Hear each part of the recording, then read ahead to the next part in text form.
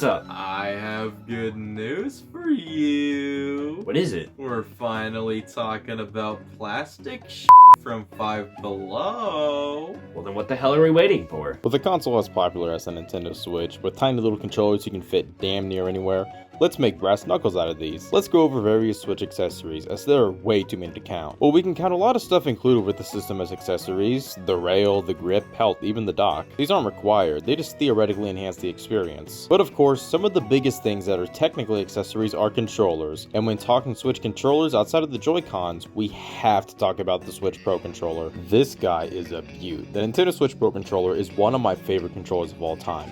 Its layout is akin to the Xbox 360 controller, which is an excellent one, but the sticks and the buttons, they're the perfect size and feel good to use. The grips feel great and the controller just feels so good in the hands. But there is one major issue with this controller: the D-pad. The Pro Controller's D-pad is pretty bad. It looks fine, but if you press down on any direction and wiggle it, it will detect those directions, but not the direction you're pressing, which is pretty much makes this a no-go for 2D platformers. For most games though, it's fine. My only other issue with this controller is its battery life. It feels like I'll go a week without using it, then I'll pick it back up and it's dead. This thing cannot hold a charge for its life. It's usually fine in the moment, but it feels like every time I use it, I have to plug it in. Besides that though, I love this thing, and it's my go-to controller for the system. There are a ton of other controllers for this system, the most popular brand being PowerA. They make cheap controllers that lack amiibo support, HD rumble, and motion support. I've dabbled with them at friends' houses and always just hate them. The Pro Controller is pretty damn pricey at $70, but my god, it feels so much better than these. However, PowerA also does a bunch of novelty controllers, and one I have is their wired GameCube controller. Now, I don't remember the last time I even used an authentic GameCube controller, but this thing feels great. It's such a unique controller design, but with changing around some button mapping, this guy could probably work for any game.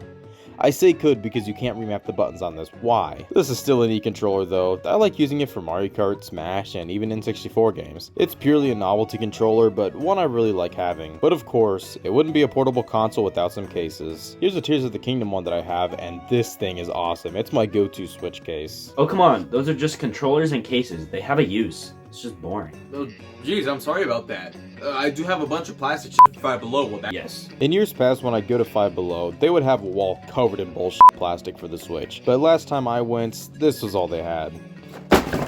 This'll do, I guess. Let's start with a classic, racing wheels, obviously trying to tap into the Wii wheel craze from the days of Mario Kart Wii. Well, they are wheels and they do give a single Joy-Cons a more comfortable feel. That's it, these are garbage. The Joy-Cons feel like they get stuck in here. You have to pry them out, which never feels good. Next up, golf clubs, clearly meant for games like Switch Sports. So there's some assembly required, just pop that in here and these are never coming out, are they? Well, they are golf clubs shaped for Joy-Cons, and they still stink. These are tiny, and I just fail to see how this would replicate playing golf. At least the Joy-Cons are easier to remove from this. How about boxing grips? Turn your Joy-Cons into brass knuckles. the homeless won't stand a chance. They come with wrist straps that you're supposed to put on there yourself, but these are impossible to put on, so I'm not using them. Well, they add absolutely nothing. Next up, we have some cases. This one for the Switch Lite, and this one for the Switch. Damn it. I bought two of the same case.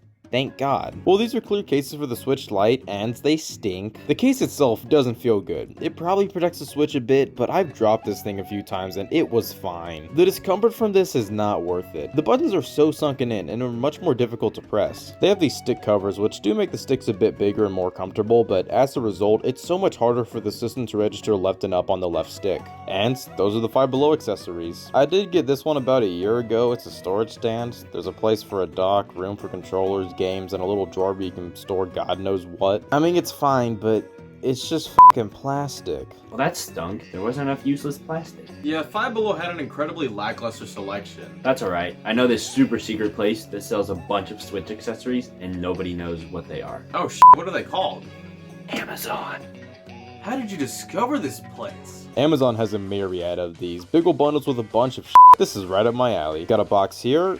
This is the box I shipped it in. There was no tape holding it closed. For all I know, the delivery driver could have opened this and judged me. Oh, well, that makes the experience more fun. Okay, so there's a lot to unpack, and there's even more in the case. Alright, well, let's start with these. Silicone cases for the entire system. Two are included. One for the standard Switch, one for the OLED. The standard one feels fine. Probably adds more protection, sure. There's a slot in the back so you can use the kickstand still, and it feels fine. So tell me why the Switch OLED has no kickstand slot. So, these are fine, but I don't really care. So, What about more wheels? God, you know exactly what I like. These are smaller than Five Below's offerings, but also better. The Joy-Con fit much better, not too tight, and there's a hole in the back to make it easier to push these out. The shape is weird, and obviously these are just whatever, but whatever. Speaking of whatever, grips for singular Joy-Cons. These snap in easily and look weird without the rails, but look better with them. And this is a much more comfortable feel for singular Joy-Cons, so dare I say, this isn't bad. Next up, a case for multiple Switch cards. This can hold 24 Switch cards and some micro SD cards too, which seems nice at first,